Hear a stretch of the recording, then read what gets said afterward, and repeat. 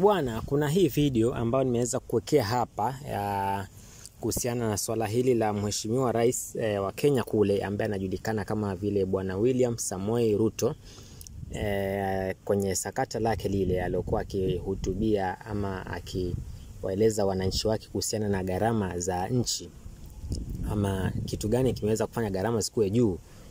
Alafu kuna baadhi ya mchizi fulani, mwamba fulani akaweza kumpiga na kiatu hapo. Sasa kuna hii video yenye nimeweza kukuwekea, kama ambavyo unavyoona hapo, ni watu fulani wanajaribishwa viatu. Yani hii ni kwa ajili ya kumtafuta yule mshikaji aliyempiga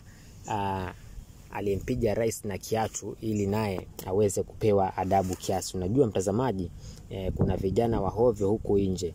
Wakati rais anahakikisha kufanya mambo mazuri kwenye nchi, kuna vijana wahovyo ambao nao wanafanya mambo yao ya kihovyo. Sasa hivi kijana huyu anazidi kutafutwa, kama ambavyo unavyoona hapo kwenye hiyo video.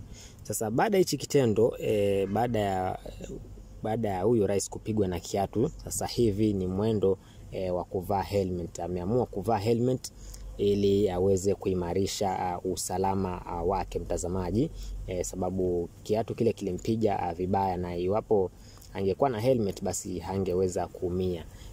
Mtazamaji, ameamua sasa, rais ameamua kuvaa helmet, kama ambavyo nimekuwekea hapo kwenye hiyo picha, ili aweze kupambana na hawa watu, na ameweza kufanya hivi ili aweze kupambana na usalama wake, pia uweze kuimarika, ili aweze kuwa vyema katika maziara yake ya kutembea na kufanya mikutano katika mikoa mbalimbali. Sasa iwapo amevaa helmet, basi hata ukirusha kitu hakitampata. Sasa hivi yule kijana aliyempiga na kiatu anahitaji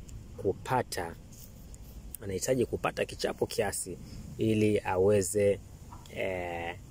aweze kutia adabu, sababu ni jambo baya hili alilofanya kwa kurusha kiatu ili kiweze kumpiga rais. Mtazamaji, hata kama ni wewe, sidhani kama unaweza kumpiga babako kiatu, lakini huyu mwamba sijui alikusudia nini paka akamua kurusha kiatu kile kiweze kumpiga rais. Na hii ilitokea maeneo ya Kisumu kule upande wa Migori.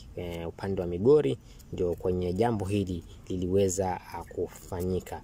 Bwana, shukran kwa kuelewa hapo, lakini zidi kufuatilia na zidi kusubscribe na zidi kuletea mambo moto kwenye channel hii ya Umbea Media TV.